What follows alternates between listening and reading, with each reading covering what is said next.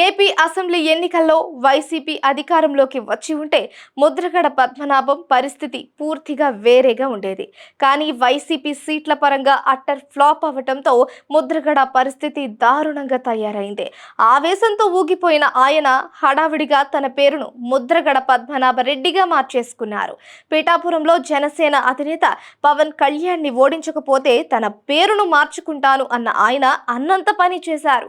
ఈ విషయంలో ఆయన గ్రేట్ అనే అనుకోవాలి. రాజకీయ నాయకులు ఎన్నికల్లో 100 హామీలు ఇస్తారు, కానీ ఎన్నికల తరువాత వాటిని గాలికి వదిలేస్తారు. ప్రజలు కూడా అలాంటి హామీలను సీరియస్ గా ఏమీ తీసుకోరు. ముద్రగడ విషయంలోనూ ప్రజలు అదే కోరుకున్నారు.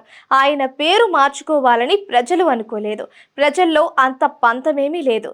ఎన్నికల తరువాత అయ్యిందేదో అయిపోయింది అని ప్రజలు అనుకున్న ముద్రగడ మాత్రం మాట అంటే మాటే అనుకున్నారు.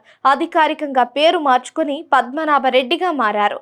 అఫ్కోర్స్ దీనిపై విమర్శలు చాలా వచ్చాయి. ఎన్నికల సమయంలోనే తండ్రికి వ్యతిరేకంగా జనసేనకు సపోర్ట్ చేసిన ముద్రగడ కూతురు క్రాంతి తాజాగా మరొకసారి ట్విట్టర్లో ట్వీట్ చేసి కలకలం రేపారు. మా తండ్రి గారు ఇటీవల ఆయన పేరు పద్మనాభరెడ్డిగా మార్చుకున్న సంగతి అందరికీ తెలిసిందే. ఆయన పేరు మార్చుకున్నారు, కానీ ఆయన ఆలోచన విధానం మార్చుకోకపోవడం ఆందోళనగా ఉంది అంటూ షాకింగ్ కామెంట్ చేశారు. ఇంకా ఏమన్నారంటే, జగన్మోహన్ రెడ్డి గారిని ఏనాడు ప్రశ్నించని ఆయనకు పవన్ కళ్యాణ్ గారిని ప్రశ్నించే అర్హత ఉందా? ఒకసారి తన పేరును పద్మనాభం నుంచి పద్మనాభ రెడ్డిగా మార్చుకున్నాక కాపుల విషయం, ఉప ముఖ్యమంత్రి వర్యులు, యువత భవిష్యత్ ఆశాజ్యోతి శ్రీ పవన్ కళ్యాణ్ గారి విషయం ఆయనకు ఎందుకో అర్థం కావడం లేదు.